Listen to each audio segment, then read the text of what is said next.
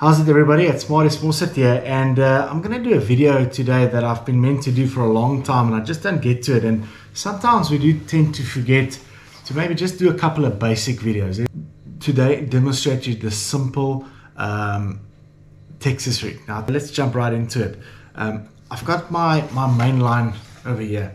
So what I'll do is you can rig it two ways. You can either have it free sliding, or you can peg it with a little rubber stopper like that, depending on where you are fishing, of course. If you're fishing a lot of like trees, like pepper bushes, stuff like that, you want to maybe peg your weight, because if that weight is freely and it wraps around a twig or a branch or something, and your weight is separated from your hook, you're going to struggle to get that thing untangled. Whereas if it's pegged with a little rubber stopper like that, your weight is basically, it's a solid piece bait, your weight to your plastic, whatever you are rigging. So it's just easier and more convenient to fish. It's easier to pitch. It won't get snagged as easy. So I'm just gonna do a pegged one and show you. So basically what you do is these little rubber stoppers, they come on a little wire like that with a loop. So you just push your line through that loop and you literally grab onto the rubber stopper. I hope you can see it clearly.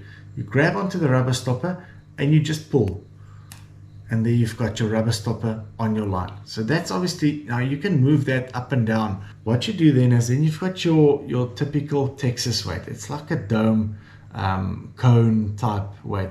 Now please be sure to put the angle, the sharp point towards the rubber stopper, not the other way around, because remember, now you're going to retrieve this in that direction.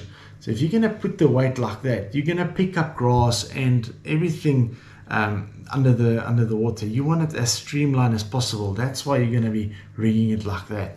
So let me just thread the weight through. This is a green pumpkin painted tungsten weight.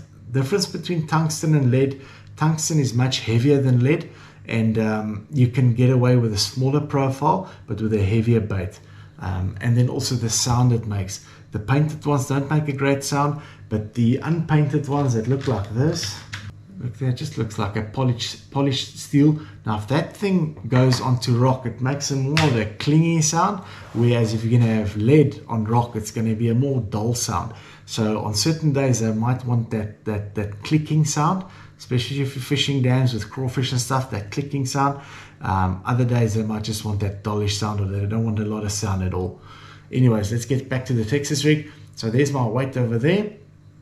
Then you've got another option, and I love this. Put a beat in there. Two scenarios: you can either have the beat there or not have the beat there. With the beat there, you're protecting your knot a little bit. I'll show you when we get there. Also, you're creating a bit more noise, a bit more attraction. Just listen to that.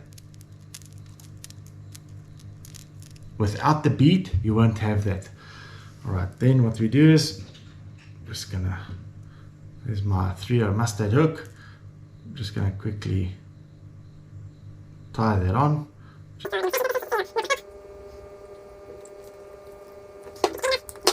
Okay, so now you got your hook tied on, got your bead, got your tungsten weight, and then your rubber stopper will just slide down like that. So now you've got a little compact bait. What I'll do is I'll put a plastic, I'll thread it through over the eye. Let me grab one quickly. This is a nice little salty sling by Bitters, Houdini color, beautiful little color there. Just to sort of show you how to rig this, because I get this question a lot as well. They're not everybody's 100% sure how to rig it. So what I'll do is I'll push it through right in the center of that salty sling there. Now remember, the further you go through here, the more it's going to stick over your knot and onto your line. When you're fishing a Texas rig like that, don't make it too long, because that weight's going to constantly push that salty sling back onto the hook and creating it to make a little, well, pull onto a knot basically. So I'm just going to put a small piece like that. Now have a look at that. Just a small piece, pull it through the salty sling, thread it right through. In this case, I'm going to push it over the knot and the eye of the hook.